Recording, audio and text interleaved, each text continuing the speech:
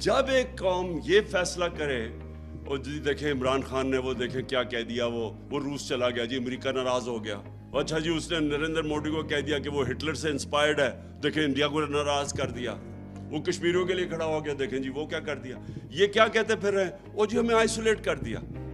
ان کا مطلب یہ ہے کہ آئسولیٹ نہ کیسے ہوتا ہے، ان کے جوتے پالش کرنے شروع کر دو، ان کے پیروں میں گر جاؤ. ان کا مطلب یہ ہے کہ لوگ اس کو اچھی فورن پالیسی کہتے ہیں. یہ فورن پالیسی تو آپ 50 سال سے کر رہے ہیں، تو اب تک تو پاکستان کو سپر پاور بن جانا چاہیے تھا لوگوں کی جوتے پالش کر کے.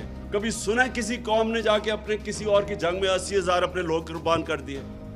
کوئی دنیا میں اس کی مثال ہے؟ یہ ان کے 3,000 سے کم لوگ مرتے ہیں، آپ کے 80,000 لوگ مر جاتے ہیں. اور کوئی شکریہ تک نہیں کرتا، بلکہ ہمیں ذمہ دار ٹھہرا دیتا ہے کہ جو افغانستان میں ان کا فیلئر ہوا. اور میں جب یہ کہتا ہوں کہ پاکستان نے تو تمہارے لیے قربانیاں دی ہیں، اور مجھے آگے سے کہہ رہے جی یہ نہ کہو امریکی ناراض ہو جائیں گے.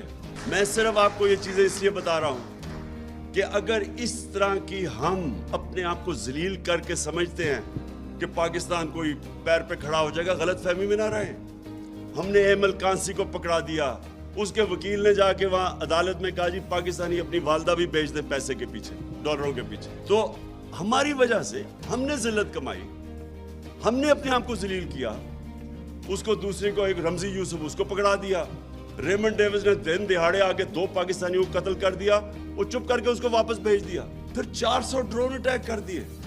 کبھی ہوا ہی نہیں کہ دنیا کی تاریخ میں کہ آپ ان کی جنگ لڑیں وہ آپ کے اوپر ہی ڈرون اٹیک کر رہے ہیں. اس کی کوئی مثال نہیں ہے. اس سے اگر ہم نے یہ جوتے پالش کیے اتنی شیملیسلی اپنے آپ کو ذلیل کر کے، کیا اس سے کوئی فائدہ ہوا پاکستان کو؟ آج گرے ہوئے پیروں میں. اس طرح کبھی قوم نہیں بنتی، کبھی آج تک دنیا کی تاریخ میں قوم نہیں بنی.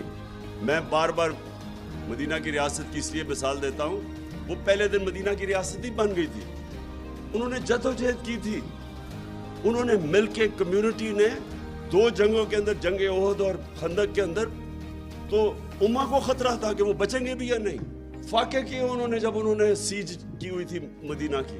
نبی صلی اللہ علیہ وسلم نے 2 پتھر پیٹ پہ باندھ کے کام کر رہے تھے، وہاں قربانیاں دے رہے تھے. قومیں قربانیاں دے کے بنتی ہے. بھکاریوں کی طرح بھیک مانگ کے جوتے پالش کر کے کوئی قوم نہیں بنی آج تک.